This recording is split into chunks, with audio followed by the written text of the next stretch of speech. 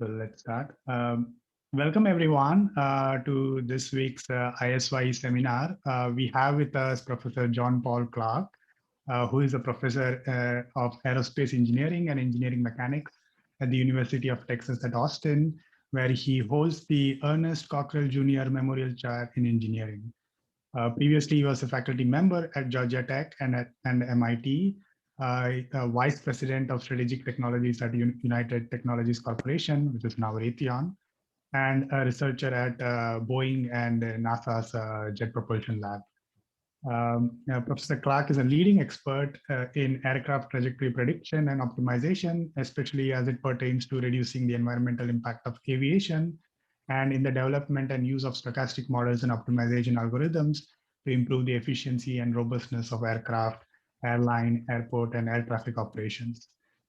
He has co-founded multiple companies, and he's the founding chair of the AIAA Human Machine Teaming Technical Committee and was the co-chair of the National Academies Committee that developed the US National Agenda for Autonomy Research related to civil aviation. So today he's going to talk to us about something related. So the title of the talk is Towards Increasingly Autonomous Aircraft-Enabled Mobility. So thank you, Professor Clarke, for accepting our invitation, and whenever you're ready. Thank you, Chris. Happy to be here.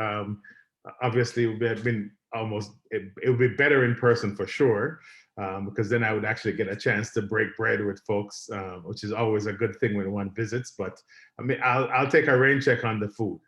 I like food, by the way, so just so everybody knows. So I'll come by and visit and take a rain check on good dinner. So I'm going to talk, as Chris said, I'm talking about how do we get to increasingly autonomous aircraft-enabled mobility and enabling the vision for what has now become the standard term because of our National Academy report that was published last year, advanced aerial mobility. So with that said, I'm going to talk a bit about what is advanced aerial mobility, because I suspect that term would be a little bit new to some of you.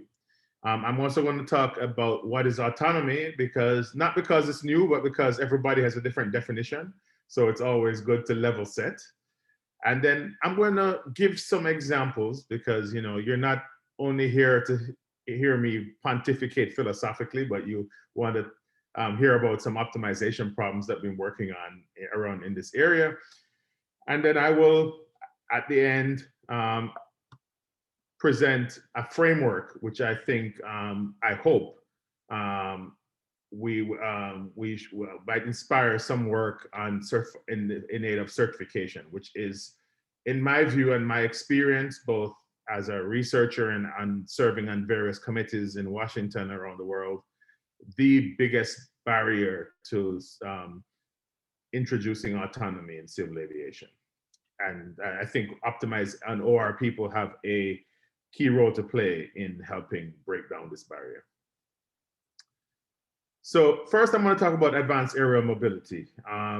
Most of you have probably heard about urban air mobility, which was the cachet term before that point, which is the idea of advanced aerial mobility is that AAM is a world where VTOL aircraft, primarily aircraft, VTOL and STOL, by the way, this is aerospace is notoriously filled with acronyms.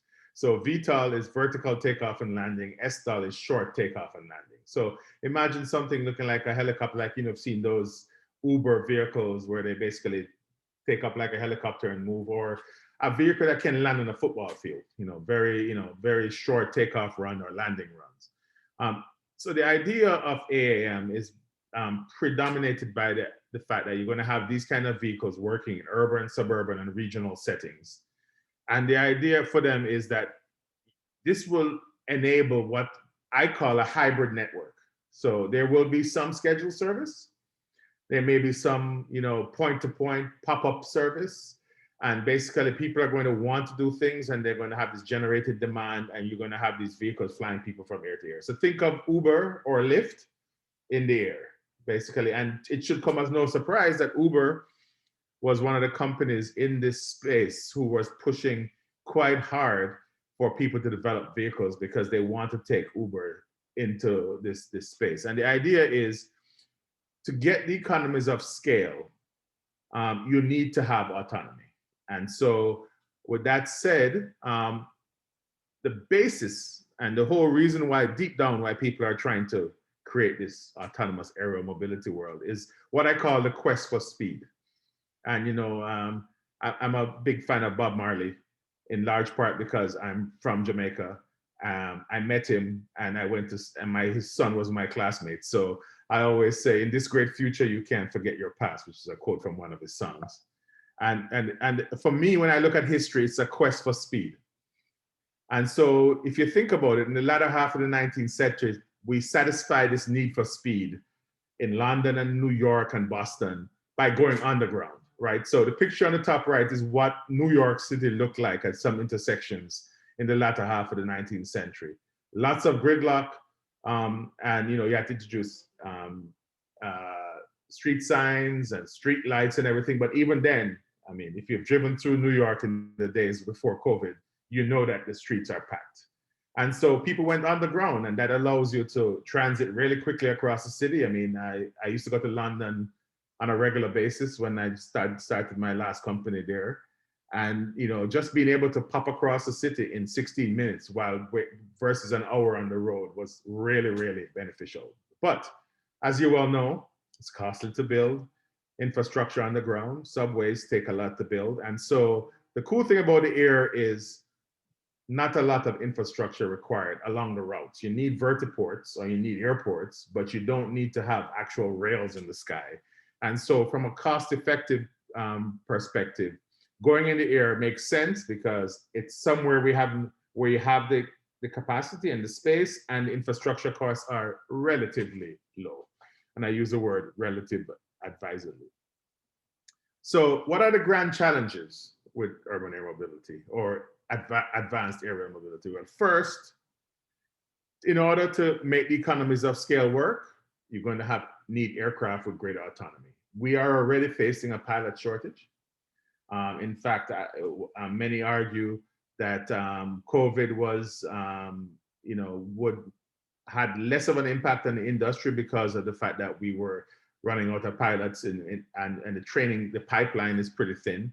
So imagine if every one of these vehicles had to have a equivalent of a taxi driver with the same level of training as a commercial pilot. That's quite an expensive endeavor. And the fact is, it would be really tough. So you're going to need vehicles with lots more autonomy. Either you're going to bring it down to the point where anybody can operate the vehicle. And we have done that before. We did that with elevators. They used to have elevator operators. We did that with cars. Before, in the early days of cars, you had to have a mechanic with you. Now anybody can jump in a car, and then you had to be able to do stick shift. Now you don't, because everything is automated. We've made it easier for the average person to operate. So we're going to need more autonomy in the vehicle. We're definitely going to need more autonomy in air traffic control and traffic flow management. The current system by where we manage is very human-centered and very intense in terms of number of air traffic controllers. And you're certainly going to have to automate the scheduling of who uses what airspace and the conflict resolution. So we need autonomy there. We're going to have to deal with the fact that there are going to be noise issues, privacy issues, and safety concerns, because the whole point of these vehicles is that you want to move from where you are to where you want to be and not have to walk. So you want to have a vertiport near you, but what's a convenience for you is going to be a disruption for somebody else. And so we have to deal with issues about noise and designing flight procedures, which is something I've done for bigger airplanes, but I won't talk about that today. Issues of privacy. How do we make sure that nobody can look in your backyard when you're out there doing something that you need privacy? And how do you ensure that if the engine fails or something else happens, that the vehicle can be directed to a place where it won't cause injury to people on the ground? These are a lot of things that we often don't think about, especially the safety concern of failures inside a commercial aircraft, but we have to think about it more so now because of these vehicles, because of proximity and potential, teething problems as you get better and better at developing these vehicles. And last but not least, we need new certification standards.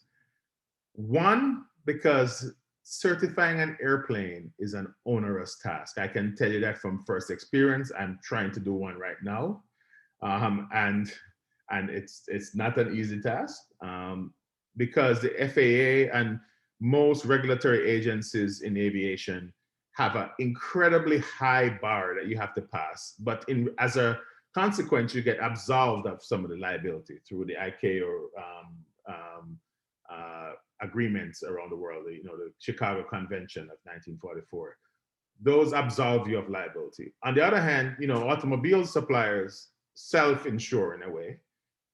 You have to pass the crash test. But apart from that, you make decisions about how much safety you're going to put in and how safe the vehicles are. And you basically escrow money against that. And the drug makers are somewhere in between. But the fact is, I will guarantee, if you try to certify one of these vehicles the same way you certify a 747 or a 787, you will kill this industry for sure. And so these are some of the issues that we have to deal with. And what you notice about the first two is that autonomy is really a key component of this. So with that said, I'm going to chat a little bit now about autonomy. And I'm going to sort of start by giving you a little history lesson. I'm not a historian, but I love history. This shows the impact of automation, which is part of the autonomy, and we'll discuss that in a second, on the cockpit crew complement. So, in the early days of aviation, the reason we call them ships, and the reason there's a captain and a first officer, and there used to be a navigator and a radio operator and a flight engineer, was because we were replicating literally what was on the bridge of a ship. And so in the far left, you see a Boeing 314, and they have 5 crew members because they literally took what's on a ship and replicated that in the airplane. And then as technology came in place where you had basically an auto-tune radio and you had systems built for navigation and communication, you end up getting rid of the radio operator because you don't need somebody to actually be dialing and picking frequencies and tuning radios anymore. And then a little bit further on, you end up getting rid of the navigator because you have new navigation systems coming on board. And then you went to 3 crews. So you went to 3 crews. And then you had all these nice engine control systems. So instead of having all these dials, you had fully automatic digital control for your engines. And you basically didn't need somebody there watching the dials and monitoring the engine continuously because you were basically doing that automatically. It took a while for that to actually have an impact on the crew, in large part because of regulatory constraints and political constraints. And, needless to say, the pilot unions were against going from 3 to 2 crew members. But back in the early 80s, we finally got to the 2 crew when we got the FADEC and we got digital avionics, and we were able to access the information about the engine and monitor the engines better.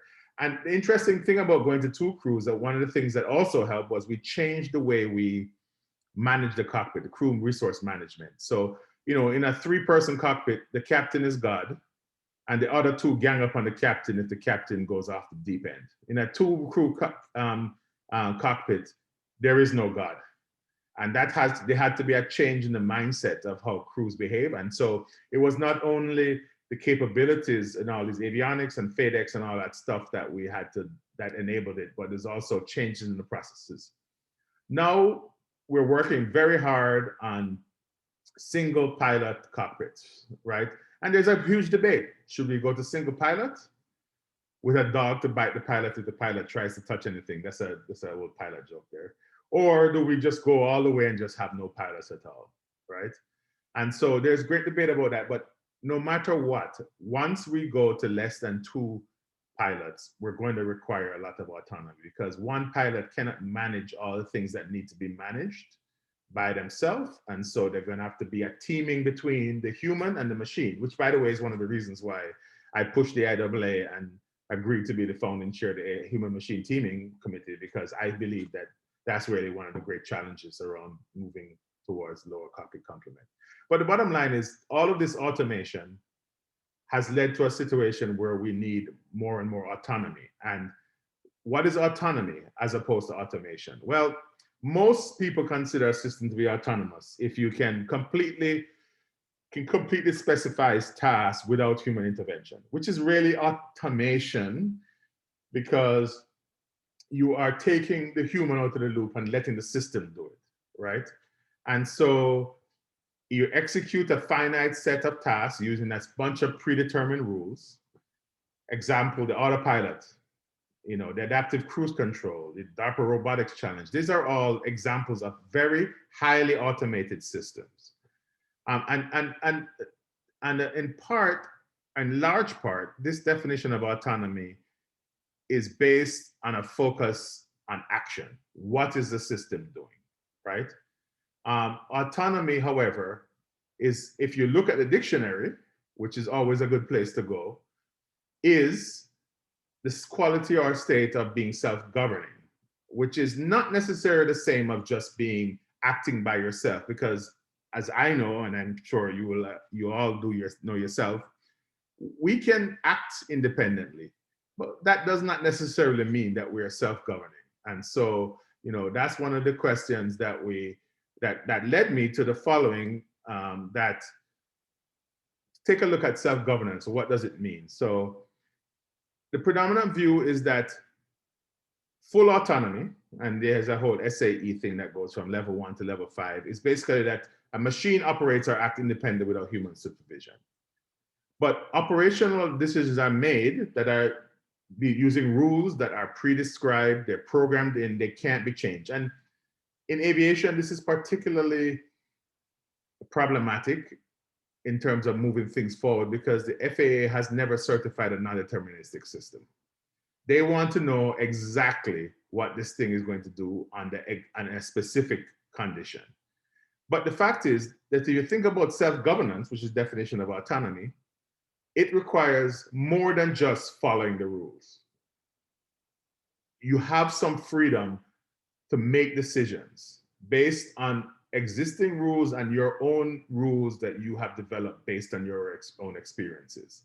And that's a tough thing to say to the FAA, that we're going to put a vehicle in the sky that's going to make its own decisions. But the fact is, if you really think about autonomy, there is, in addition to autonomous operation, there's also autonomous decision making.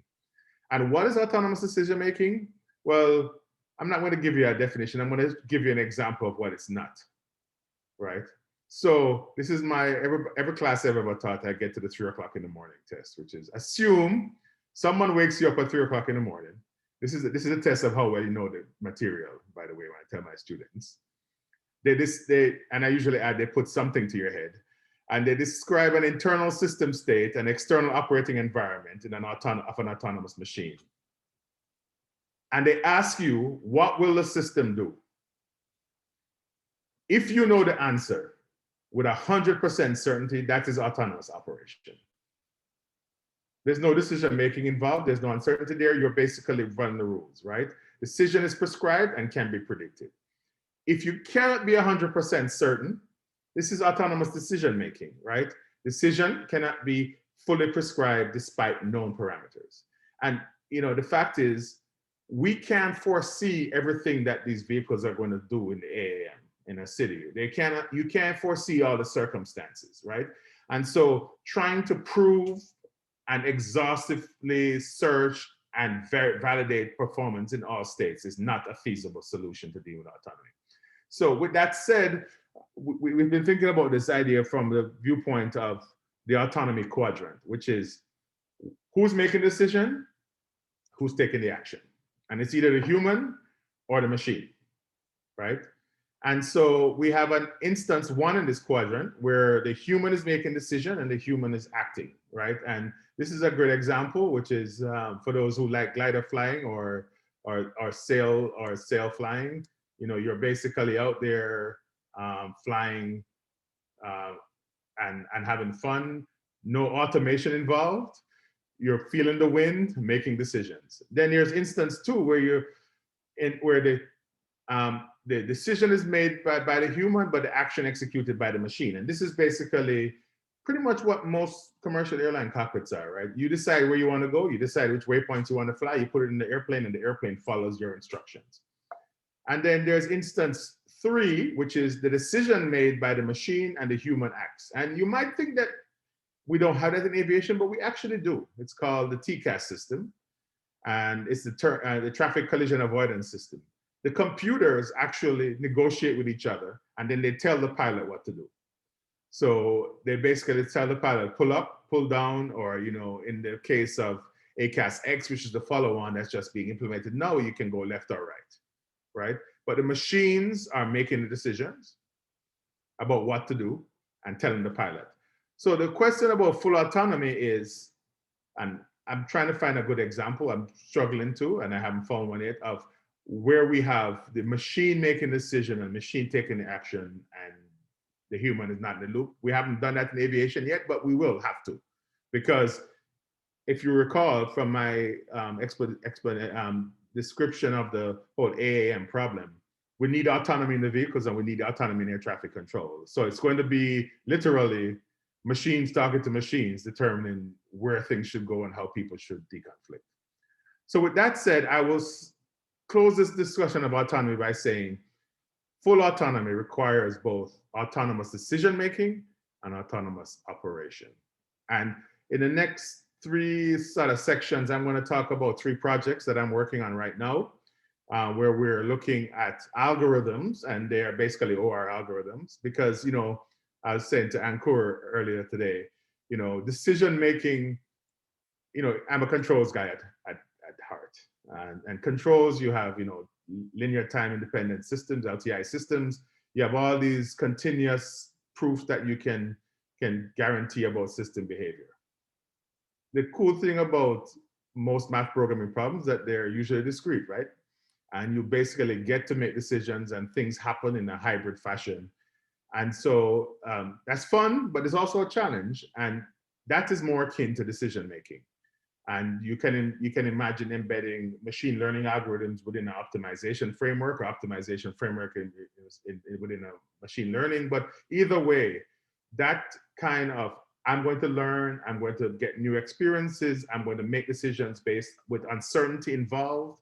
All of those things are things that are very much in the mainstream of OR. And I think, I hope the next 3 examples I give will give a flavor of where I think we should be, kind of problems I think we should be working on in this area and enabling advanced aerial mobility. So first thing I'm going to talk about is trajectory planning. And I will tell you that 2 of these the material in 2 of these presentations are hot off the press. Literally, we're just finishing one that we just finished the paper just like yesterday that we're submitting to one of the ATM conference. So so giving you what's fresh, and one is a little dated and I sent the paper along, but still instructive for the point I'm trying to make about conflict resolution. So let's start with trajectory planning.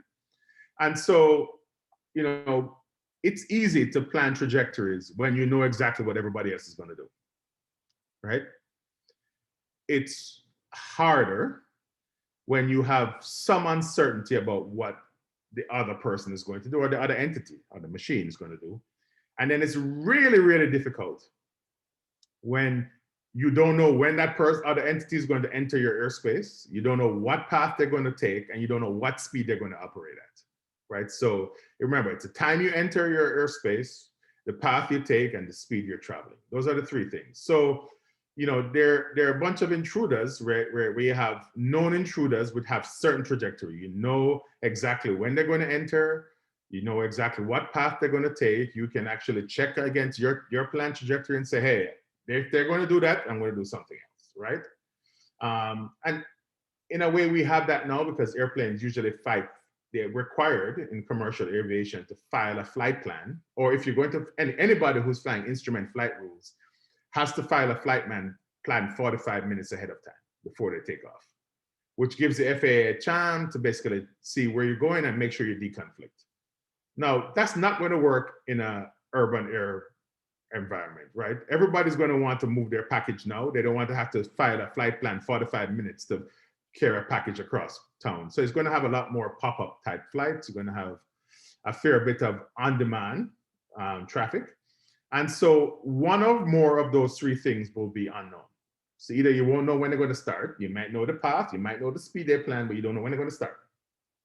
Or you might know when they're going to start in the path, but you don't know the speed, or you know the combinations. And so we're looking at this problem from the viewpoint of an ownership who's trying to get from point A to point B. And they're trying to basically maximize their chances of getting to point B within a time window, which is a required time of arrival. So imagine, Amazon trying to deliver a package and they guarantee Chris a delivery time between 8 and 8:15. That's a required time of arrival that you're trying to get there, and you're trying to maximize your probability of doing that. But the other thing is that you might end up, if you plan a trajectory that looks like it's going to get you there, having to divert along the way because something comes up that blocks your path, right? So there's another question of survivability, which is, if I can't do my primary task, how do I ensure that I can safely land somewhere where at some point, which may or may not be my ultimate destination? And so that's the problem we're looking at, the question of survivability. So the idea and the thinking is that autonomous vehicles must be able to dynamically update their planned trajectory in moderately to extremely uncertain operating environments, because that's the fact. That's how AAM is going to be, right? People are not going to plan that far ahead and give you all the things. So one goal is, of course, getting your mission, the successful mission. The second goal is surviving, which I talked about, mission survivability. And of course, the uncertainties can be either statistically characterized and or bounded, right?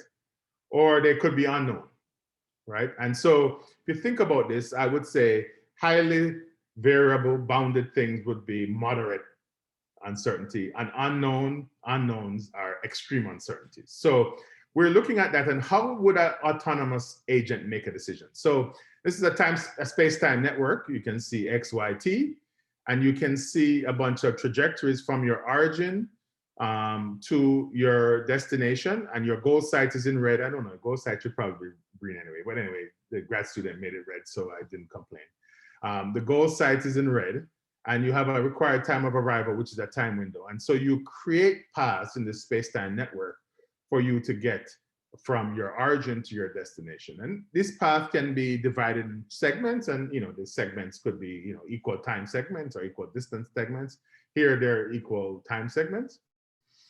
And as you go along, when you're at a particular point, you can decide, do I need to update my path because of new information that I've received? I.e., things pop up, all those unknowns get realized, and I have to make adjustments. Or the uncertainty that I had thought about a partially known thing gets realized within that bounded distribution, and I have to make adjustments. So you have to make adjustments to those partially known things and those unknown things.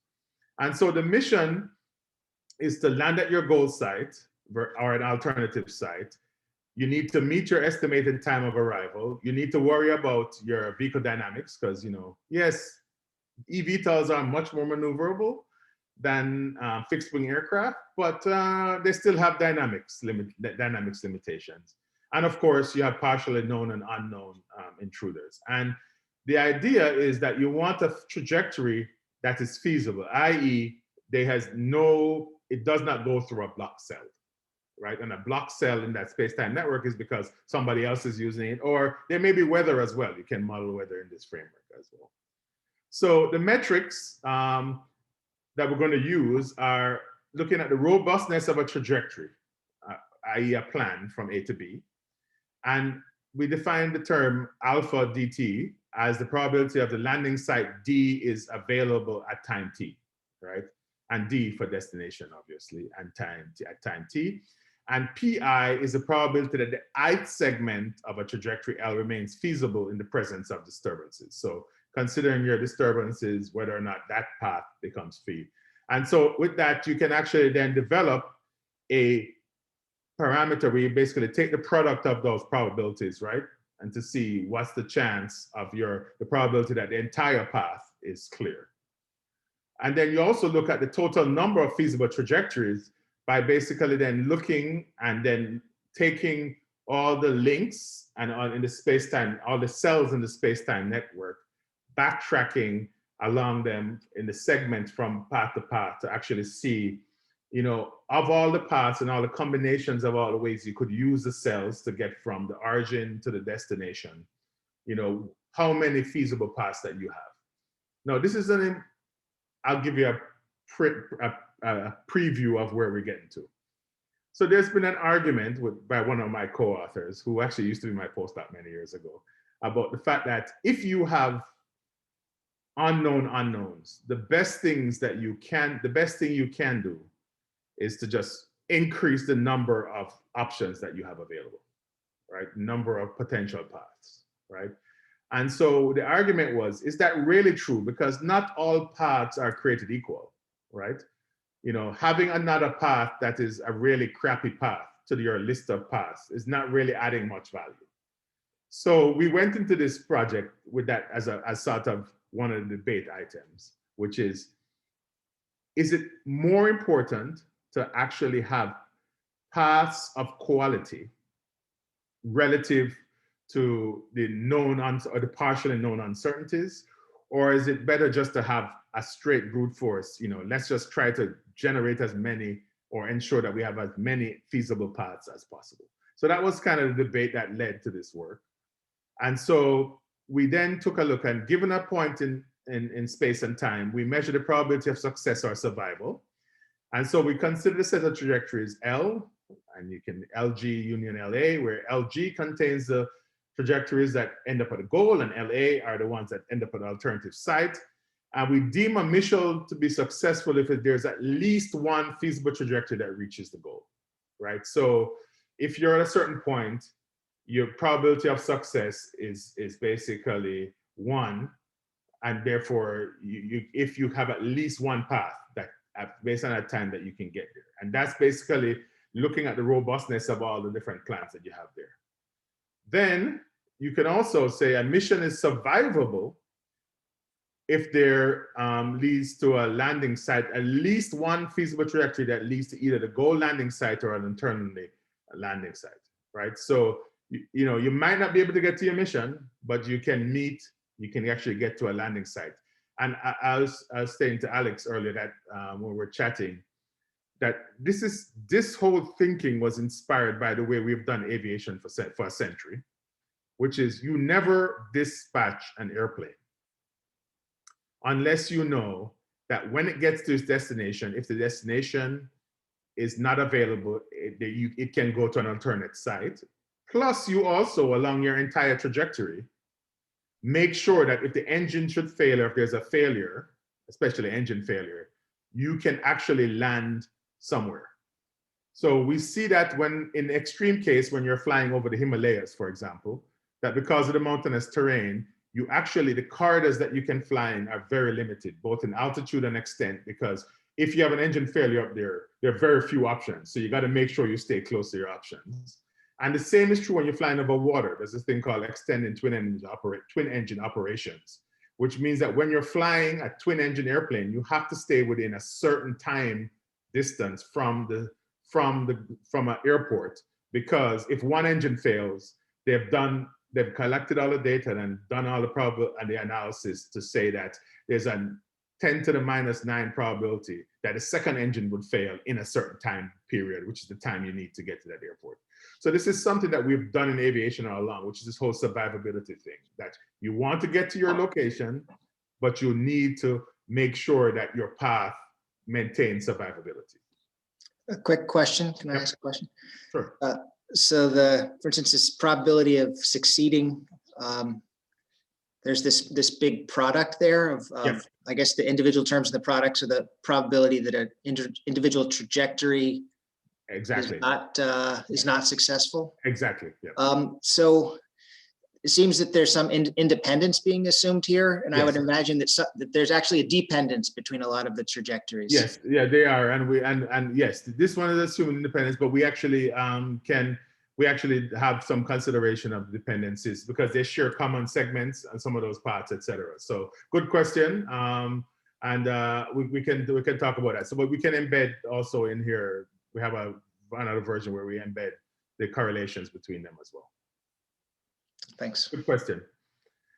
So one of the things that we looked at different policies, right? So, you always get to a nice policy type question. So the first policy is PI-NF, which is to maximize the total number of feasible trajectories, right? Which is one of the things that we talked about. And then there's a policy PI-S, which is to maximize mission survivability, which is we talked about a while ago, which is, basically the probability that you'll get to somewhere no matter what. You can land safely no matter what, basically. And then, of course, you want to maximize the robustness of a specific trajectory, right? Or you want to maximize the average robustness of the trajectories, which is sort of like a kind of uninformed baseline, first thing that you think about as being the right thing to do. And so we took a look at this and we looked at it as a function of the number of airplanes intruders that come in, right? Total number of intruders. And what you see here makes sense when you look at it, which is that as you increase the number of intruders, your options go down in terms of getting to where you want to be or maintaining safety. So the overall success, mission success and survival rate go down, okay? But what you see here is that PI-S, which is the survivability, basically at the lower numbers dominates, right? You see that, in terms of the survival rate, right? PI-S dominates, but what you can also see is that PI-R dominates at a lower rate in terms of the success rate. And what that shows you, you're trading off, I'm going to pick a path and I'm going to make sure that path is really, really good. But it also might be very brittle, which is if it doesn't work, you're up the creek, right? So there's that trade-off between making it a path that is very, very much optimized from getting from A to B, but brittle, and taking another path which might not be as such, but might not be as good from a nominal perspective, but gives you more robustness because it makes you closer to for example, an airport or a series of airports you can land at. And we actually had an interesting discussion about walking home in the night from campus. Do you take the path that is,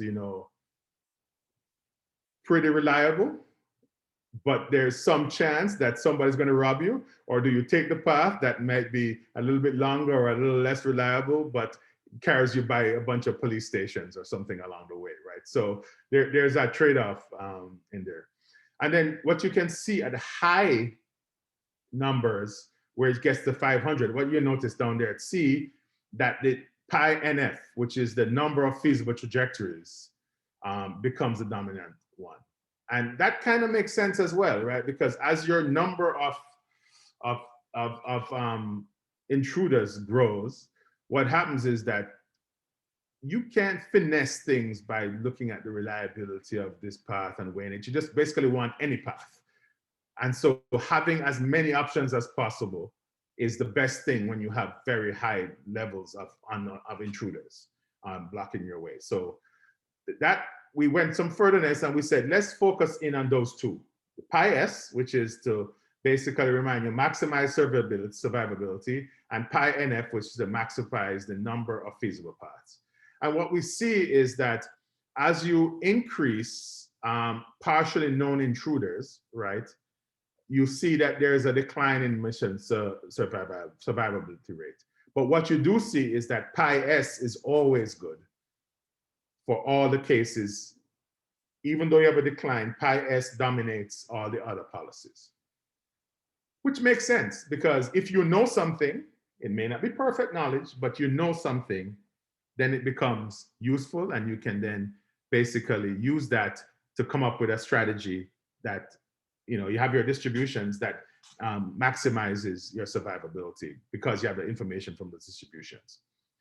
The other thing that you see, if you have the number of unknown intruders, i.e. the ones that are the pop-ups, grows, you see that the number keeping the feasible paths, right, becomes the dominant after a certain point. Because what happens here is that, as you hinted at in the other graph, you find that, listen, these things are going to come up at any point, at any time, operate on any path at any speed. So having as many options in terms of pathways as possible is the best way to deal with it. And then the last thing, we looked at it from the ratio of unknown intruders, and this is basically looking at keeping the total number the same, and then basically, increasing the number of unknowns. And you can see here what happens is that at some point, the number of, once you get like around 0.78 or 0.75 or something, whatever, close enough, 0.75 of the unknowns, the pi NF dominates. I just keep it a number of options, feasible paths. I have a question. Yep. Hello. Yep. I have a question. Yeah. So, so I'm just trying to understand this unknown intruders. So, is it the case that you don't know the path that these intruders are taking? You know but nothing about them. You don't know when they're going to come up. You don't know what path they're going to take. And you don't know what speed they're going to travel at. But do you know that there will be, like, say, if this is 200, you know that there will be 200 such events, or do you? No, we don't even know the number of events either. We just use the 200 events as basically a proxy. But you're flying along, and somebody decides that they want to fly their drone to deliver a package down somewhere across the city, right? They're just going to basically get up and fly, and and you're gonna have to adjust basically to deal with it. Thank you. By the way, I will say before Ankur asked me, there is no gaming involved here, so there is some interesting gaming to be had, and I'm not the experts, and other people on this conversation are, so I think that's an interesting problem to look at, and out of this, but this is just sort of our first start at this. Let me press on. Go ahead. I have a clarifying question. So, JP, in this, what is the air volume and the speed that you have in this for this simulation? I can't remember the exact speed and volume, but I'll send you the draft of the paper once so you can remember it. I don't remember exactly what the speeds are, but they're typical drone speeds, not too fast, not too slow. So there's some period. I can't remember what the speeds are. Sorry, Maybe the air volume would be more relevant here. Right? Yeah. Well, that's all there. It's basically, this was looking, the air volume is right here, actually. It's the area, the Bay Area. Basically, you saw the graph of the Bay Area? Okay. Yeah, it's the Bay Area. Okay. I don't know the specific number, the volume, but I know the dimensions, and I can send you that. Yeah. And so the next problem that we're looking at, and we have looked at, and I'm currently extending this work, is the whole idea of conflict resolution.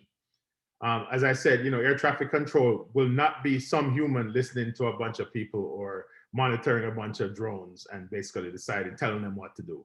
There's going to be, automation, dealing with automation. And so the problem is basically, given an initial set of conditions, which is this is the air traffic control, juggling the things that are moving, determine the optimal, from a fuel burn perspective, combination of heading and speed changes to avoid potential conflicts. So I will start by saying that to date, there is no multi-aircraft conflict resolution algorithm in operation or in use. All the conflict resolution we do in aviation is bilateral, right? And they can, and it is known that they could, if your density of traffic gets high enough, induce auxiliary conflicts. Because in resolving conflict between two vehicles, you can create for others. So recognizing that advanced aerial mobility is going to have a number of vehicles, because everybody's going to want to have their packages delivered flying around. You can't just rely on this bilateral conflict resolution algorithms. You need to be able to resolve the conflict with multiple vehicles. And so one of the things that we want to do that, of course, is to minimize fuel costs. And I don't necessarily mean money, but the consumption of fuel, especially if you have battery operated vehicles, because the battery charge is a very, very, very, very precious commodity. But this one I'm talking about is for fuel burn for aircraft, and because we did it for aircraft. And this actually is a little bit more complex than the batteries, of course, because the battery problem is basically fully linear with, is not as non-linear as the aircraft engine is. I mean, the gas turbine or jet fuel is. So this shows you what the fuel burn looked like as a function of speed for an aircraft. And most people think that if you fly slower, it's better. It's not. Because if you fly slower, your consumption rate per unit time might be better, but your speed is lower and your consumption rate per unit distance is actually higher. And so there's a nonlinearity, there's an optimum speed at which you want to travel. And so you need to consider this in your decision about telling airplanes to slow down or basically fly, take a heading change to resolve a conflict and fly a longer path. So one of the things that we did is we came up with a cost function, which considers both individual costs and combined group costs of making these conflict resolution algorithms. And I provide the paper, and in the interest of time, I don't want to go into that algorithm, but it's in one of the papers that I had sent, where we then take these curves for the aircraft and consider all the costs that would be made if you, to the entire system, by when you do these conflict resolution algorithms. And then we basically then project the path forward. We basically look at each bilateral combination between things, and we formulate the heading and speed changes in vector format as a mixed integer linear program. And then we solve for basically different conflict resolution algorithms. And it turns out that when you look at relative velocity, it basically resolves the 3 different cases that you have to look at, which is pretty good, because then it makes it a less complex problem. And in the end, we end up getting solutions for, in our case, in sort of nominal computational time. I can't remember. I think it was like in 15 minutes, you could plan for the next 15 minutes.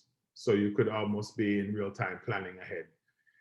We were able to resolve in a particular airspace sector over Cleveland, which is, by the way, the most notorious sector in the country because it holds up all the traffic going east to west. So every time there's a delays in the en route, everybody blames that sector in Cleveland. We were able to, basically resolve the conflicts by doing the following. Instead of waiting until the airplanes were almost on each other and then making very drastic changes in trajectories, we were able, taking multiple aircraft over a big period, a big area or volume rather, we were able to then to make minor adjustments in speed and heading to have them basically platoon through each other, and thereby drastically reduce the amount of effort that was required on the part of the pilots and also the fuel that was required. Now, the controllers didn't really think that was such a good idea, because having to make minor changes to 15 aircraft is harder from a human perspective than having to make big changes to 2 aircraft, right? So there's a human factor. So there's some follow-on work that we did looking at if you had to pick the 5 best aircraft, the 5 aircraft to touch to resolve this and minimize the cost, which 5 should you take, and things like that. So we did this for 15, and we can also do it for 20, and it scales up, computationally.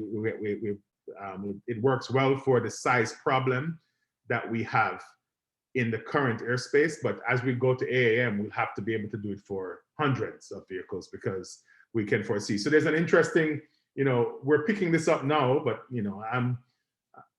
I have a lot of things.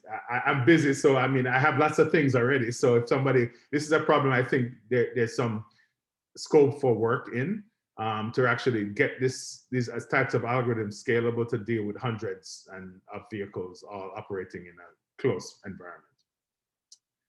The last problem I'm going to talk about is the landing problem, which is a tough problem because getting on the ground is not as easy as you think. Getting off is way easier. Takeoff is easier. And there's a challenging problem because there's always a significant risk if you don't have good visibility that you're going to miss the runway, right? Because your onboard systems have error in there. Your pilots have errors in the way they navigate. And so you need typically some ground-based system to complement your onboard system, and you need also obstacle clearance zones. So if you ever notice around a runway, it's pretty flat. That's by design.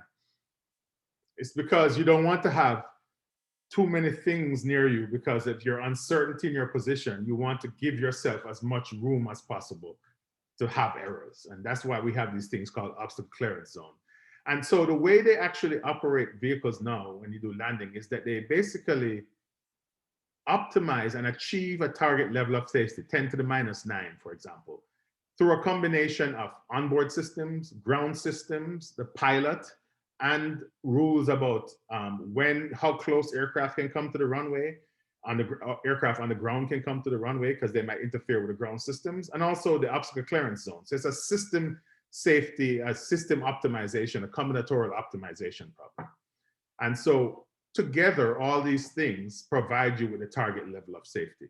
So one of the things is that a big part of how we do that is the pilots looking out the window and seeing the runway at some point and saying, are my onboard systems correct? Am I going to actually be able to land, right? And that's the backup check for the onboard systems. That's the way we confirm whether the onboard systems got me close enough that I can make it or not.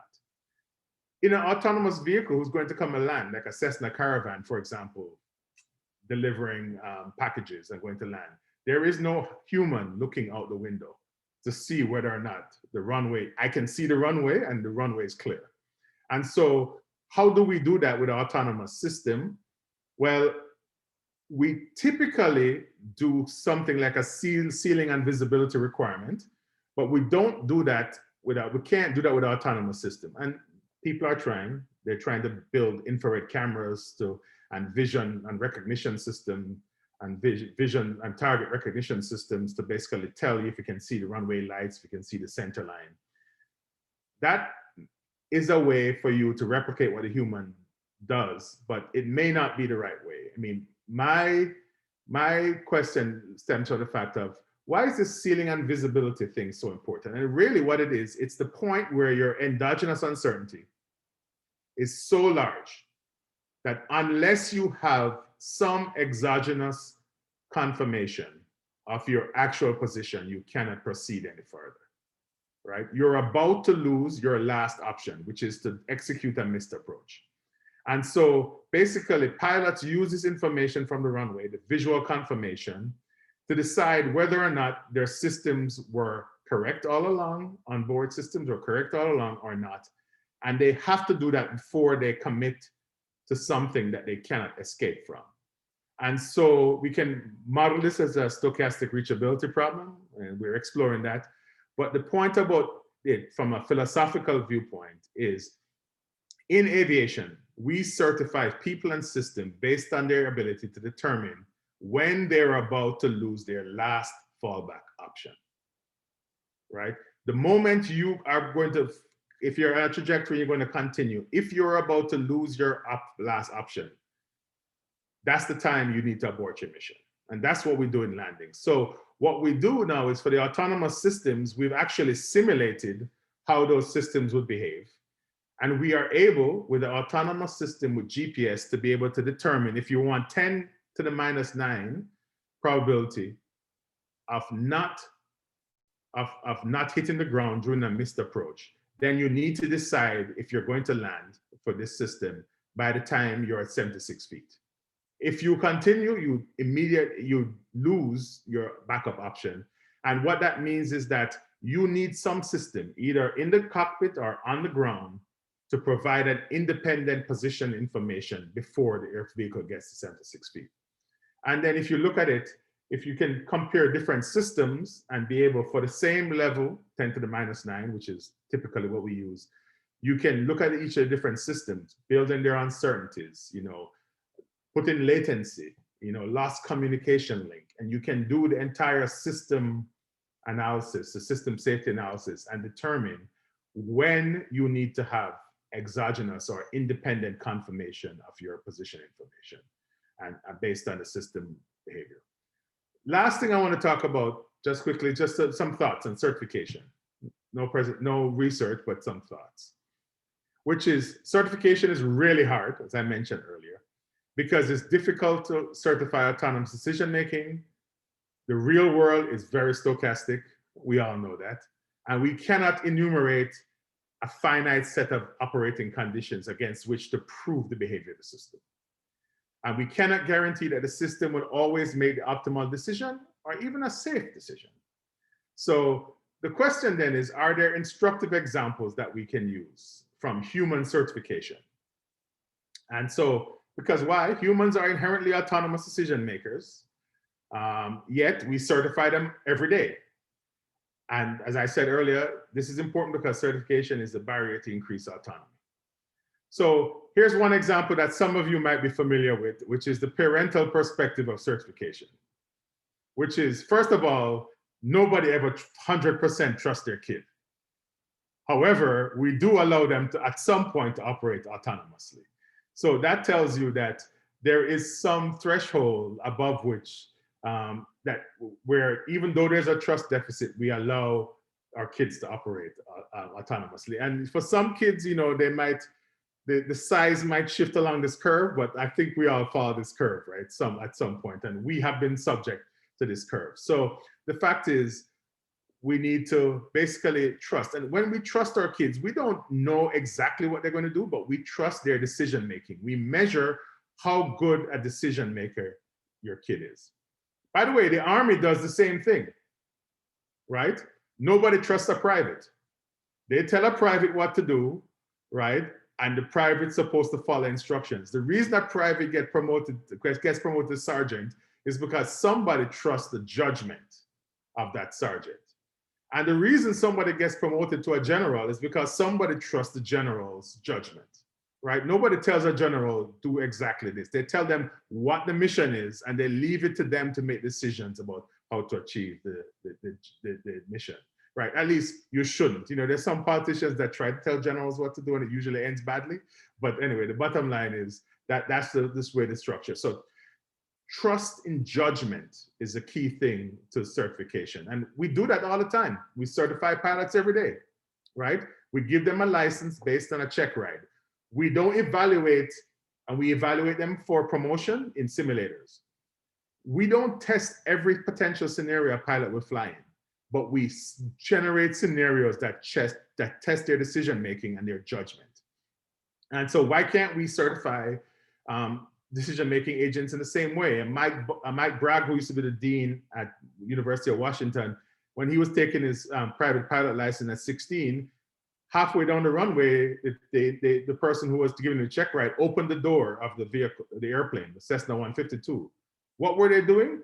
They were testing his ability his understanding of the airplane, his modeling ability, and his ability to make a decision about whether or not this was safe to continue to take off or not, right?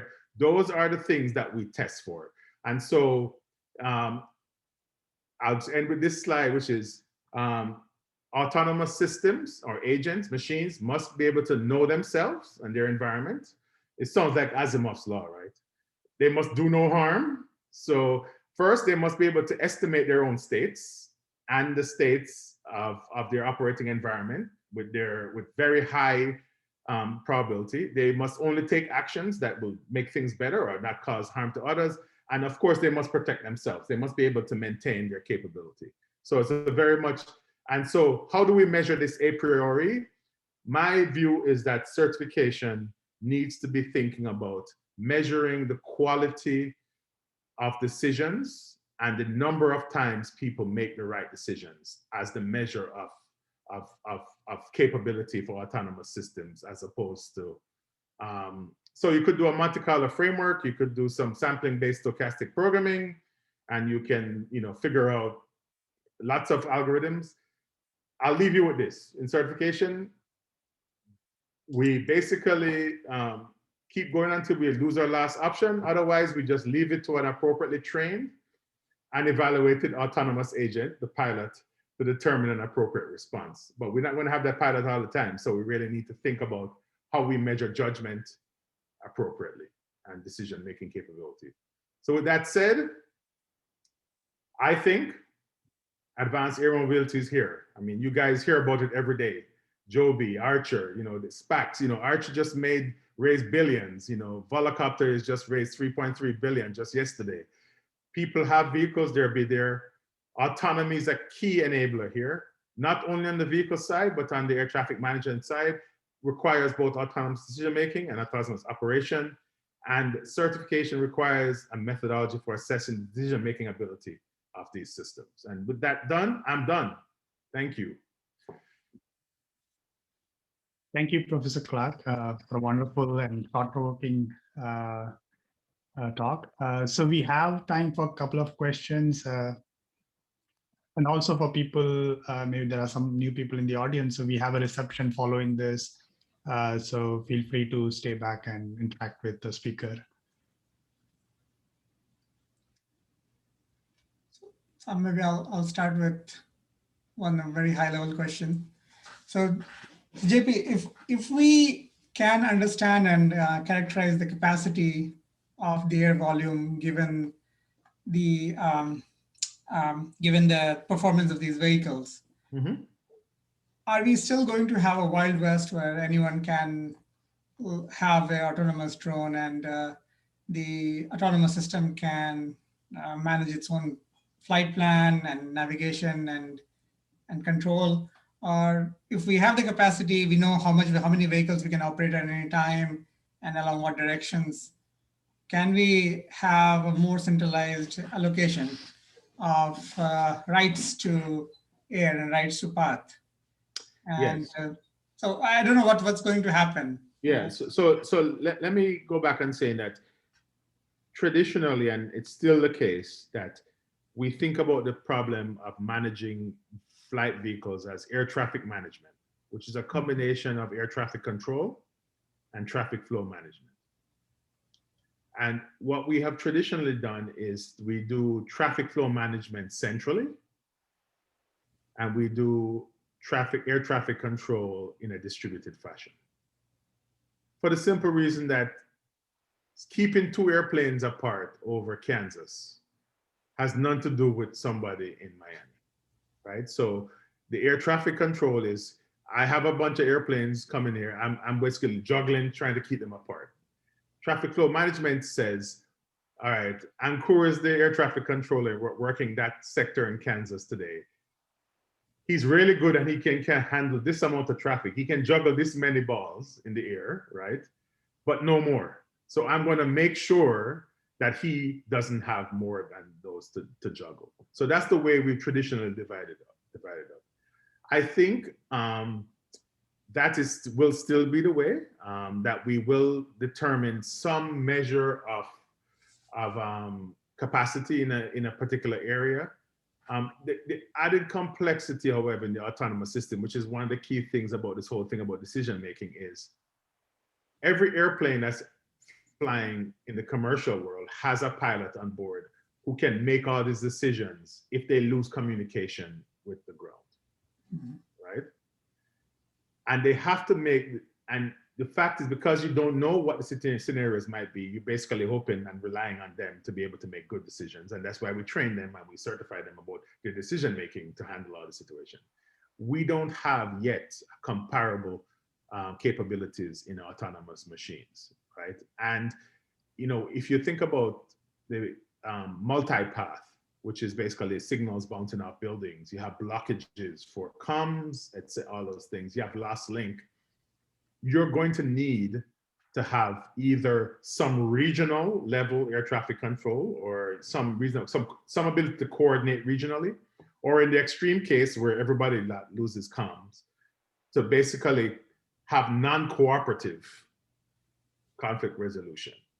And so that's where the challenge is going to be. And then suddenly the capacity will change, right? Because when you're operating and everybody can be able to communicate, you can handle that amount of traffic. But the moment you lose some, you're going to have to do that. So you need to have a system that's dynamic. So there's a lot of interesting problems there, which people, great to work on and see resolved in how do you go from a centralized thing to a regionalized thing to a totally distributed thing, and what infrastructure you need to put on the ground to fill the holes in the comms and the computations. Should you do some computations on the vehicle? Should you do them on the ground? All of those, there are a whole bunch of interesting problems there. Mm-hmm. Okay, so with that, let's end the official part of the talk, but we have the reception